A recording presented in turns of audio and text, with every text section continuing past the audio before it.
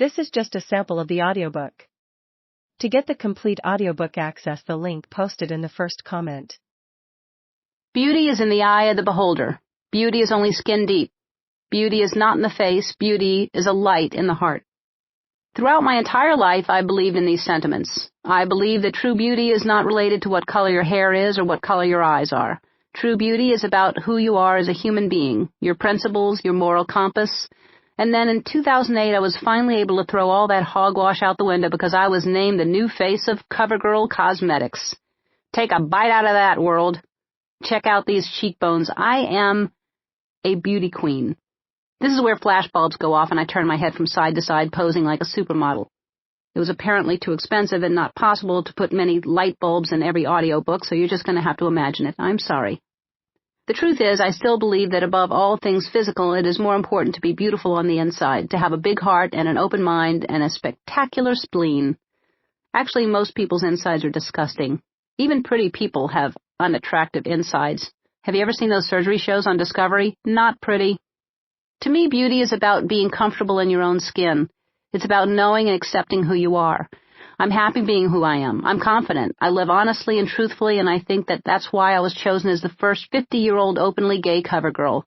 It's just a bonus that I have devastatingly blue eyes. But we really are a society that focuses so much on physical appearance. I realized this recently when I accidentally looked into one of those mirrors that magnify your face to 500 times its actual size. They sell them at Bed Bath & Beyond in the things that make you feel bad about yourself aisle. They're right next to the bathroom scales, usually on a shelf you're too short to reach. I'm sure you've all looked into one of them at some point. On one side, it's a totally normal mirror, and then you turn it over to the other side and your face looks like the surface of the moon. Fortunately, I have one in our shower. I never look in it because it's usually blocked by the person who washes me. But for some reason, I looked in it one day and, oh, Lordy! That is a horrible invention. Who invented that thing and why haven't they been jailed? Those things need to come with a warning. Car mirrors have warnings that say objects are closer than they appear. Magnification mirrors should have warnings that say objects are not as attractive as they appear. They show you things that you didn't know were there, that no one could possibly see. I looked at my hairline and I found a family of doves living in it. It was shocking. The only people who need to see things that close up are surgeons who are performing delicate operations and jewelers. That's it. No one is going to see you the way you see yourself in those mirrors unless you're married to a surgeon or a jeweler and they come home from work still wearing that apparatus. Honey, I'm home. Oh my goodness, your pores are huge. I don't know why we ever need to look into those. They're not accurate. They point out every single one of our flaws. We don't need that. That's why we have mothers.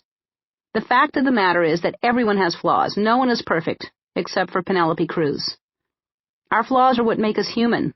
If we can accept them as part of who we are, they really don't even have to be an issue. I feel the same way about age. I've never been someone to lie about my age. I don't understand it. Actually, I don't know how people can lie about their age anymore now that the internet exists. Not only can people easily find out what year I was born, they can find out what time, what hospital, how long my mother was in labor. I wouldn't be surprised if there was footage on YouTube of the doctor spanking me. The only reason there isn't is because YouTube didn't exist when I was born. Our age is something we have absolutely no control over. It's just a fact of who we are. I enjoy growing older and wiser and learning from my mistakes every single day. I'm happy, for example, that I no longer eat paste like I did when I was 24. And I'm happy that in a few years I'll be able to get half-price tickets to the movies and museums. Considering how often I go to the movies and museums, I could save upward of $30 a year. When we were kids, all we wanted to do was be older. When we were 7.5, and someone only said we were 7, we were furious. We probably even cried about it. Can you imagine doing that now as an adult? This is Marcia. She's 42. 42 and a half. You always forget the half. I'm practically 42 3/4. I don't know at what age people stopped wanting to be older. People seem to enjoy their 20s and 30s. Must be around 40 when you're over the hill. I don't even know what that means and why it's a bad thing. When I go hiking and I get over the hill, that means I'm past the hard part and there's a snack in my future. That's a good thing as far as I'm concerned. People seem to be shy about their age through their 50s and 60s, but then once they hit 70 or 80, they start telling people again because it's such a huge victory to have made it that far. No one gets to 100 and tells people they're only 95. So I don't know why anyone has to lie about those middle years. We should celebrate every year that we made it through and every year that we're happier and healthier. Because honestly, that's the best case scenario. And the bottom line is we are who we are. We look a certain